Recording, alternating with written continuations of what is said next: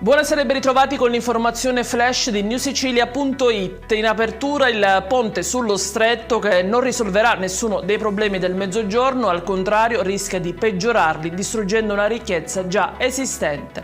Lo ha affermato il segretario confederale della CGIL Gino Giove. Proprio queste le ragioni che spingeranno il sindacato sabato prossimo a scendere in piazza a Messina per la manifestazione nazionale No Ponte.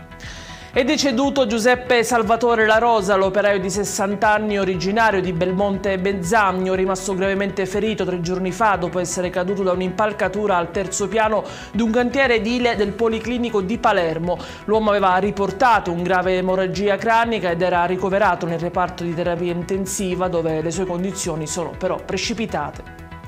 Ha provocato un incidente stradale lungo la diramazione della A18 in provincia di Catania e ha tentato di ingannare gli agenti spacciandosi per un'altra persona.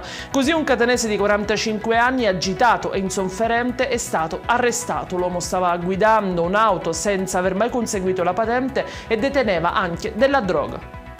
A Palermo 8 persone su 10 dichiarano di non sentirsi al sicuro in città. A rivelarlo è un sondaggio condotto su un campione di 113 cittadini, prevalentemente giovani, nell'ambito di un progetto del Ministero dell'Istruzione. Il 72,6% degli intervistati ha dichiarato di aver anche modificato le proprie abitudini di vita quotidiane per motivi di sicurezza.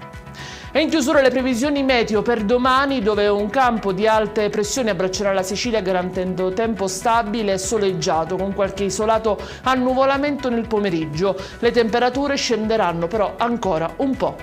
Ed è tutto per questa edizione. Vi ricordo come sempre che i dettagli su queste notizie e molte altre li trovate sul nostro sito e sui nostri canali social. Grazie per averci seguito e buona serata.